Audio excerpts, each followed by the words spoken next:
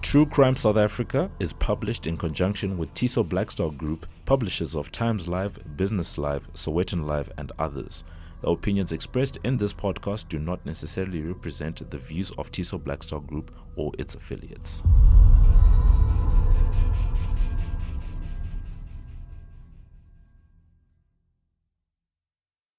Welcome to True Crime South Africa. I'm your host, Nicole Engelbrecht, and this is episode 17, Daisy de Melker, Mother, Wife, Killer. Before we get into today's episode, I'd like to give you some information about the show if you're listening for the first time. I started True Crime South Africa in June 2019, and thanks to the amazing support of listeners like you, it's grown and blossomed beyond my expectations. In 6 months, we've managed to hit 45,000 downloads. For a podcast in South Africa, especially one started by someone who had zero contacts or experiencing podcasting to begin with, those numbers are pretty unbelievable. I am blown away every single day by the success that this podcast has had and is having. Distribution assistance from Tiso Blackstar has been a big part of that. And for that, I'd like to thank Paige Miller and Scott Smith for their hard work and for taking a chance on this little pod of mine. The biggest part of the success, though, has been the fact that South Africans especially, and also people from many other parts of the world, we reached 23 countries in the last 6 months, have taken ownership of the True Crime South Africa story. You've heard these victims' stories, and although your interest in true crime is a big part of it, you've also felt the need for others to hear those stories. Word of mouth is a powerful thing. So now we've come to a crossroads. In order for True Crime South Africa to start really growing and becoming an even bigger platform for victims of violent crime, we need to start raising funds to increase research capacity and buy equipment. One of the first ways I plan to do that is through Patreon, which is a platform that content creators use to fund projects. Patreon donations start at $1 per month, which is around 15 Rand. And if I can get 200 Patreons, I'll be able to put out a Patreon exclusive episode every month, in addition to the usual episodes. Right now, if you sign up as a Patreon, you'll get a shout out and a thank you in every episode. And as we grow, Patreons will also get early access to episodes, access to new articles I write, access to ad-free episodes, and early access to merchandise. I'll leave a link to our Patreon page in the show notes, and you can also find the page by going to patreon.com and search True Crime South Africa. I'm looking forward to growing this podcast and seeing it through to its full potential. Today's episode obviously takes us back in history. Almost 100 years, in fact, to the 1930s. This case was requested by quite a few listeners, including Nadine Murphy and Colette Creel, on our Facebook page. And I'm pretty sure it was suggested on Twitter and Instagram too, so if I missed your name, I apologize. The fact that so many people still show interest in such an old case is down to Daisy de Melker's legend, I think. Daisy became the icon of an evil woman. In a time when it was almost unheard of for a woman to be a murderer, Daisy took it to a new level. Daisy de Melker did some very bad things, and most of us know that. But I don't think that the true extent of her crimes is really even known. In reading Blood on Her Hands by Tanya Faber, which I used as one of my sources for this episode, I definitely learned a few things I didn't know about the woman, and I think you might be surprised by the cold-blooded nature that truly was Daisy de Melker. Without further ado, let's get into episode 17, Daisy de Melker. Mother, Wife, Killer. The following episode may contain sensitive material including descriptions of violence, sexual assault, or graphic descriptions of injuries to victims. If you feel you may be triggered by such material, please consider this before accessing our content.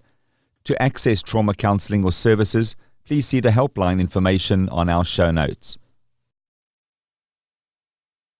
Daisy de Melker was South Africa's first female serial killer. She was born Daisy Louisa Hancorn Smith in 1886 to William and Fanny Hancorn Smith in Grahamstown. At the time, Grahamstown was nothing but a dusty village, surrounded by agricultural land, and as one of 11 children, Daisy was most likely overlooked on more than one occasion, and maybe in some way this helped her to hide her true nature.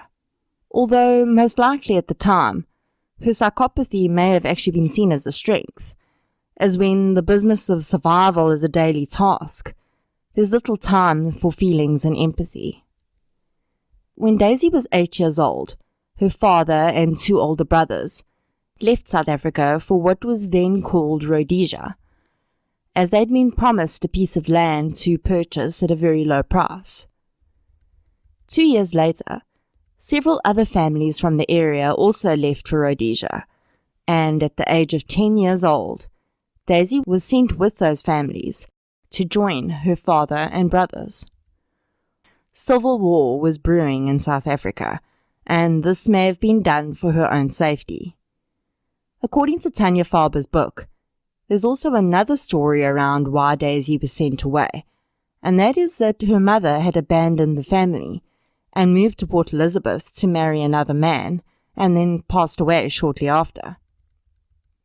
Either way, Daisy travelled the almost 2,000 kilometres to the then Bulawayo, most likely by ox cart.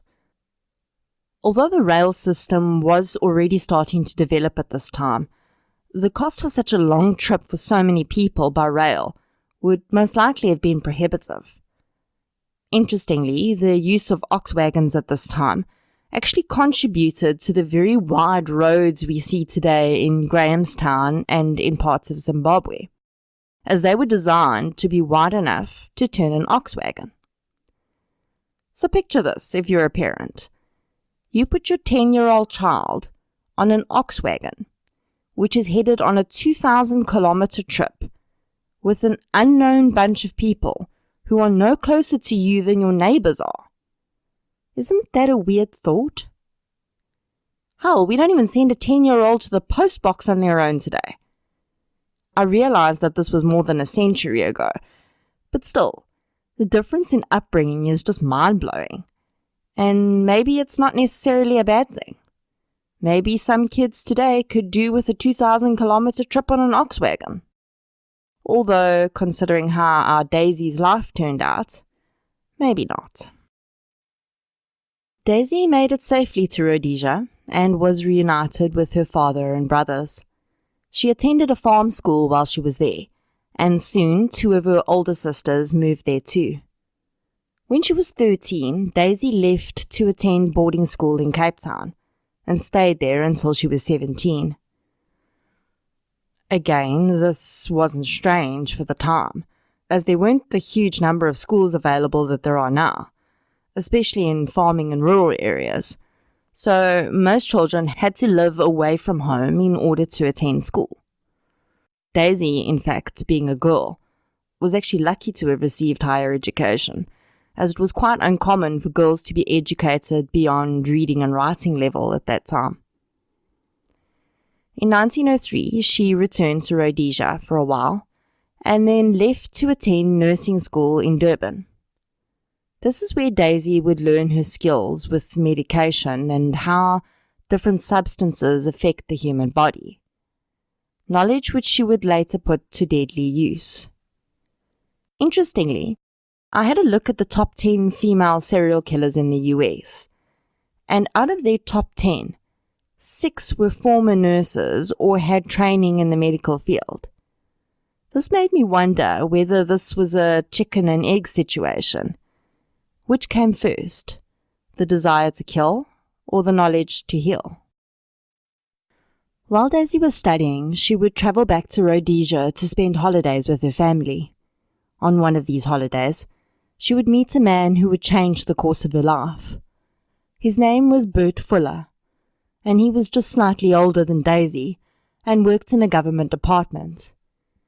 Daisy and Bert became engaged, and by all accounts they were madly in love. Their wedding day, though, was not to be, as Bert became extremely ill and passed away with Daisy at his bedside. In Blood on Her Hands, author Tanya Farber makes an interesting link. Bert was at the time believed to have died from a relatively rare autoimmune reaction, which occurs when the malaria virus is introduced into a body which has recently received a malaria immunization. So Bert had been immunized, as most people were at the time, against malaria, and then he was bitten by a malaria-carrying mosquito, and instead of the immunization fighting off the virus, it turned on itself and killed him. The interesting bit, though, which would only be pointed out years later, is that the symptoms suffered by those who developed this reaction are strikingly similar to the symptoms of poisoning. There would never be any evidence to prove it, but Bert Fuller may well have been Daisy's first victim. We could look at it that way, but of course we could also wonder whether Bert's death traumatized Daisy so much that she refused to love again and saw every man after that simply as a means to an end. I guess we'll never know. Daisy did benefit financially from Bert's death, though. When he asked her to marry him, he'd also made her the beneficiary to his life insurance, which paid her out £100 when he died. In today's money, that's about 100,000 rand.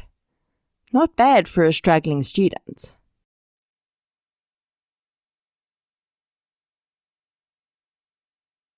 Whether hardened by loss or simply happy to enjoy her self-created windfall, Daisy stayed single for the next few months. We find her next in Johannesburg, and I can only assume, for lack of evidence, that she could have been there for nursing work. While there, Daisy met a plumber, William Cowell. He was 14 years her senior and making a very good living in the booming gold mining town.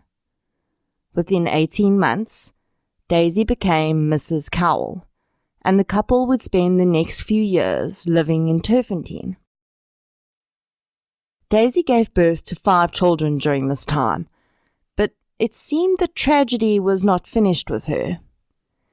Before I get into this part, I will say that child death was not uncommon at this time in history. In the early 1900s, at least 200 children out of every 1,000 would die before the age of 3. After vaccines were invented and we increased our medical knowledge, this number decreased to just 7 out of every 1,000 in 1997. So in the early 1900s, you essentially had a 20% chance of losing a child. This risk seemed to increase tenfold if you were Daisy Cowell, though, because only 1 of her 5 children would survive to adulthood. Now, there's no proof that Daisy killed these children, but there is proof that she was already showing significant signs of mental illness at this time. Today, we know that pregnancy can trigger postnatal depression, and according to Harvard Medical School's Center for Women's Mental Health, women with underlying or undiagnosed psychiatric disorders are highly likely to see their symptoms first present or even multiply while they are pregnant. Daisy's first recorded pregnancy was with twins. Twins, even today, are often born prematurely and can struggle in their first years of life. So I would imagine the impact was severely compounded in the early 1900s. The twins were fragile, and although there's no record available as to the cause of their deaths, neither child made it out of infanthood. Daisy then gave birth to a son in 1911, who she named Rhodes Cecil. Very original, Daisy. Rhodes was a very healthy boy, and it seems that Daisy showed a bit of a maternal side with this boy, as he was known to be her favourite. Daisy's next child was born quite shortly after Rhodes. She named him Lester, but he wouldn't see his 5th birthday. The cause of his death, or so Daisy told neighbours, was an incurable abscess on his liver. There is a condition called pyogenic liver disease, which is essentially an abscess on the liver. I found the symptoms interesting. They include abdominal pain, vomiting, nausea, strange coloured stools, and unexplained weight loss. I'll just leave that there. Daisy's final child with William Cal was also a boy. His name was Alfred, and he only survived 15 months. He was a seemingly healthy child, but he very suddenly started having violent seizures. His mother took him up to bed, but within an hour, he had died. Daisy received an immense outpouring of sympathy from the community. This poor woman had lost 4 children and a fiancé, all before her 30th birthday. It must have been nice to live in a time where that didn't seem suspicious. Well, nice for Daisy. Not very nice for her victims, though. Daisy and her husband, thankfully, did not have any more children, and showered all of their love and affection on young Rhodes. They moved to a house in Germiston, and Daisy played the role of devoted wife and mother until 1923, when things all went a bit haywire again. Daisy's husband, due to the nature of his manual work as a plumber, often had some aches and pains, and Daisy would dose these ailments regularly with Epsom salts. On the morning of the 11th of January 1923, William Cowell told his wife that the Epsom salts that she'd given him had made him feel worse. Dutiful Daisy summoned a doctor, who prescribed bromide for William. According to Tanya Farber's book, bromide was used in the 1900s for convulsions and muscle spasms. The doctor departed, but Cowell continued to get worse, and eventually Daisy called the neighbours to help. A second doctor arrived, to find William Cowell turning purple and foaming at the mouth. He died before the doctor could even examine him. Unfortunately for Daisy, this doctor had a little more of a suspicious nature than most, as he refused to sign off William's death certificate. He suspected he'd been poisoned. The symptoms that the doctor had seen were indicative of the use of a poison called strychnine. Strychnine was used at one time in very low doses for a variety of medical ailments. Today it's used as a pesticide, predominantly in rodent poisons. It is a highly controlled substance. The symptoms of strychnine poisoning include convulsions, which cause damage to the kidneys and liver, rigidity in the muscles, and then soon the sufferer loses the ability to breathe and passes away. Daisy's day had not come though, as her husband's autopsy produced a death certificate stating that he had died of chronic kidney disease and bleeding on the brain. William Cowell was buried, and along with him any notion that his death was suspicious. Daisy cashed in on her next life insurance payout, a sum which would have made her a millionaire in today's money. Daisy and her son Rhodes lived in the house they'd shared with the late William for another 3 years. But as Rhodes outgrew his childlike charm and became a teenager, Daisy no longer seemed to have the same affection for him, and their relationship grew increasingly tumultuous. Daisy then met another plumber, a man who, just like William, was 10 years her senior. His name was Robert Sproat. Within months of meeting Daisy, Robert had proposed to her, and weirdly, they got married on the anniversary of William Cowell's death. Robert Sproat and the now Mrs. Daisy Sproat got along very well, but unfortunately teenage Rhodes was not pleased about sharing his mother with a new man, and he and his stepfather regularly argued. About 2 years after their wedding, Robert started to fall ill. He was vomiting and experiencing convulsions. His brother was so concerned that he travelled to the house to see Robert one weekend when his health was at its worst. Daisy managed to convince the distraught man that it was imperative that she was made the beneficiary of Robert's estate. It seems that even though they'd been married for 2 years, Robert Sproat hadn't thought it was wise to change the beneficiary on his will.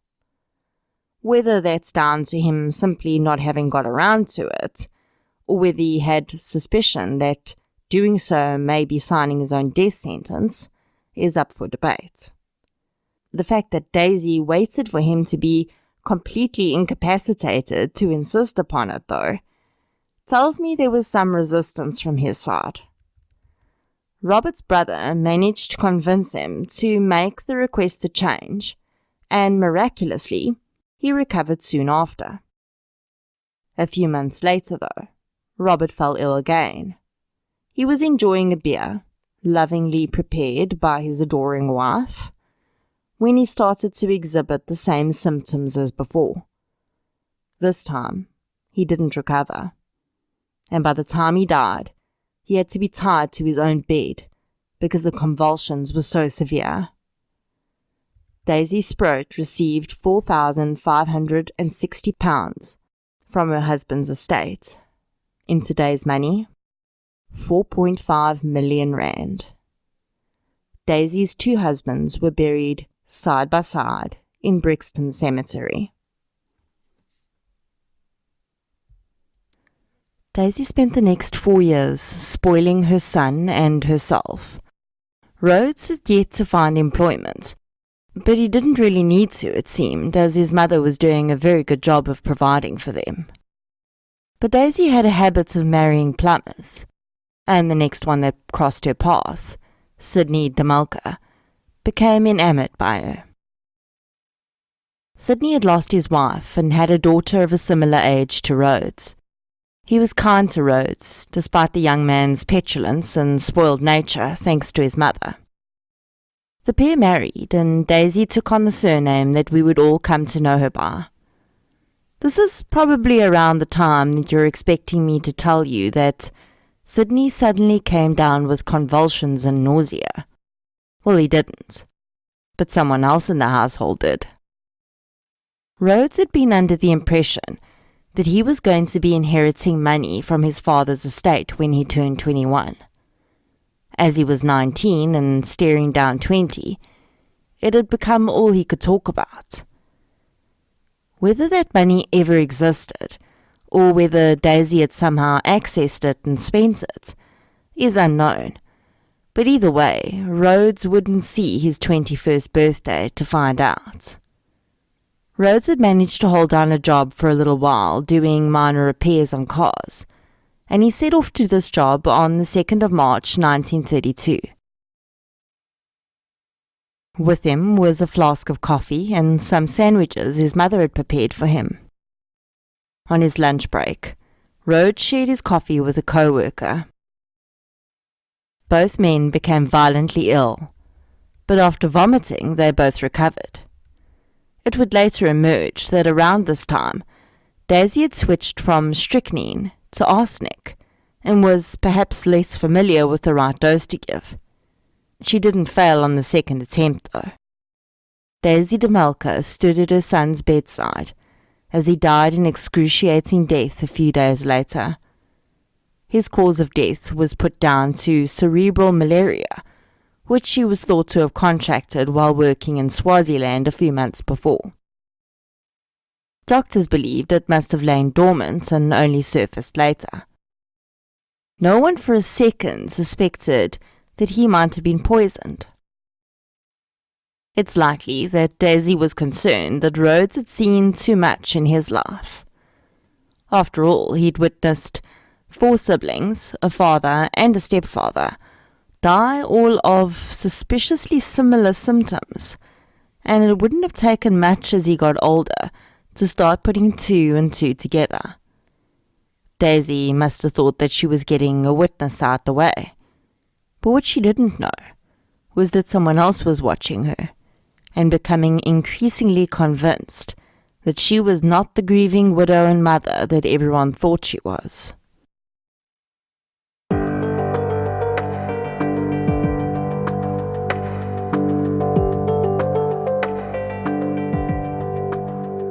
The brother of Daisy's late husband, Robert Sproat, whose name was William Sproat, had his suspicions when his brother had died. He'd been so disturbed that he'd vowed to keep an eye on Daisy's life events from that day on.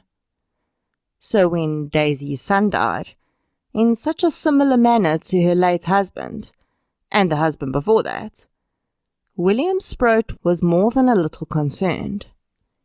He went to police with his concerns, and to their credit, they too started to see the pattern in this woman's history. It was decided that the only way to get at the truth would be to exhume the bodies of the 3 men who were believed to be the victims of Daisy de Melker. Her son Rhodes' body was remarkably well preserved considering he'd been deceased for more than a month. According to blood on her hands, arsenic is known to preserve corpses, a rather ironic outcome for those who seek to use it as a murder weapon. Arsenic was found to be present in the body of Rhodes, and strychnine was found in the remains of Robert Sproat and William Cowell. Police also tested Rhodes' workmate, who drank from the coffee prepared by Daisy and also fallen ill. Arsenic was found in his body as well. He told police about the blue coffee flask, and they retrieved it from the house. Tests concluded that the flask contained traces of arsenic. Soon after, Daisy de Melker was arrested and charged with 3 counts of murder. Daisy's trial started in 1932 and could be likened to the spectacle that the Oscar Pistorius trial produced in South Africa in 2014. Just as the Pistorius trial sparked a new interest in all things criminal and brought many firsts for the justice system, including the first trial to be screened live, Daisy de Melker's trial brought many firsts for the country in 1932. Daisy was the first female serial killer, in a time where the term serial killer didn't even exist. Hers was the first trial where seats in the courtroom became a commodity. People were actually selling seats in the courtroom. The state had a decent case against de Melker, but it would be made even more solid when a chemist walked into a local police station soon after the trial began. Mr. Spilkin owned a chemist shop in Turfentine. He'd seen a photograph of the now famous Daisy de Melker in the newspaper and realized that he knew this woman. In fact, he told police with great concern, he believed he may have sold her the arsenic she used to kill her son. Mr. Spilkin was quite correct. Daisy de Melker had walked into his chemist shop a few weeks before Rhodes' death and told him that she had a cat who was at the end of its life and needed to be put out of its misery. Apparently it was quite normal for people to euthanize their own animals by poisoning them in 1932. Well, that's one little bit of progress we've made. Spilkin had sold her the arsenic and dutifully had her sign the Poisons Control Register, which he kept for such purchases. She'd signed as Daisy Sproat, her previous married name, if you're still keeping track. This was the veritable nail in Daisy de Melker's coffin. There was not sufficient evidence to find her guilty of the murders of her 2 husbands, but she was found guilty of Rhodes' murder, and that was enough. In a time when South Africa still had the death penalty, Daisy de Melker was read a sentence by the judge as follows. You have been found guilty of the murder of your son, Rhodes Cecil Cowell. You will be taken from here to a place of execution, where you will hang by the neck until you are dead, and may God have mercy on your soul. Daisy de Melker received that exact sentence on the 30th of December 1932. Her husband, Sidney de Melker, refused to accept that she was guilty of the heinous crimes of which she'd been accused, and he maintained her innocence until his own death 2 decades later. I follow a few genealogy pages, and considering the huge family that Daisy came from, you can imagine how many hand-corn Smiths there are. What I find really interesting is that people who find Daisy in their family's tree don't seem to be as horrified as you would expect. I don't think this is strange. Daisy's legend has become something of a folk story. She's become a part of South African history to a certain extent. A lot of that has to do with the passage of time and how what seemed horrific 100 years ago now takes on an almost fictional feeling. Let us not forget, though, that what this woman did was very real. If we woke up tomorrow morning and found a newspaper headline proclaiming that a woman had been arrested for poisoning 2 husbands and her own son to death, oh, and by the way, there's also significant evidence that she killed 4 other children and a fiancé, we would be up in arms. Maybe we're also more willing to forgive because we know that she paid the ultimate penalty for her crimes.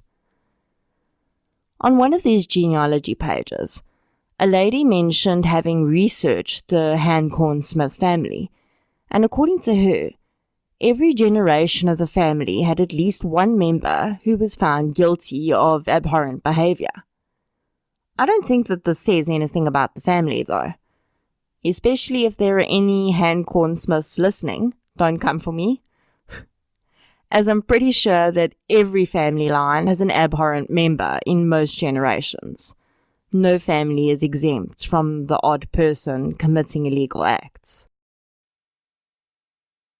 Daisy Louisa Hancorn Smith Cowell Sprout de Melker was a cold-blooded woman, and if it hadn't been for William Sprout, she most likely would have gone on to kill Sidney de Melker and perhaps even his daughter. After the revelations of Daisy's act, a new gravestone was placed over the reinterred graves of her 3 acknowledged victims.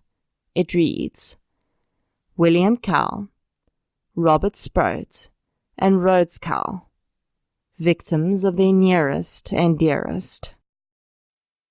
For some reason, I'd always thought that Daisy de Melker was the first woman to be hanged in South Africa, but she wasn't. Although at the time the then Orange Free State ran under different governance, Emily Chinia was actually the first woman to be executed in the jurisdiction now known as South Africa. Emily was executed along with her lover in 1903 for murdering her husband. The second woman to be executed in South Africa was Maria Rabi, who also killed her husband with help from her lover in the 1920s. Daisy de Melker was therefore the third woman executed in South Africa, albeit the first for a murder of her own child, depths to which even her predecessors hadn't stooped. Murder is murder though, I guess, no matter who it is. There is something intrinsically wrong about a mother murdering her own child, especially when it was clearly premeditated and she watched him suffer. Daisy de Melker was buried in an unmarked pauper's grave in the Rebecca Street Cemetery in Pretoria West. Staff at the cemetery, though, are apparently very aware of the location of Daisy's last resting place, and they claim to see the woman haunting the cemetery grounds on occasion.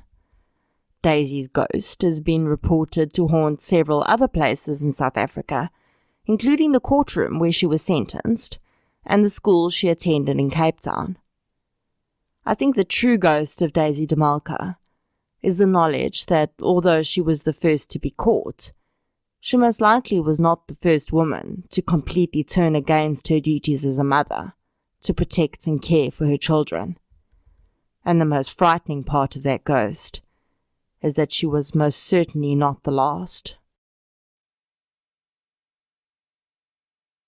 Thank you for listening to episode 17, Daisy de Melker, wife, mother, killer.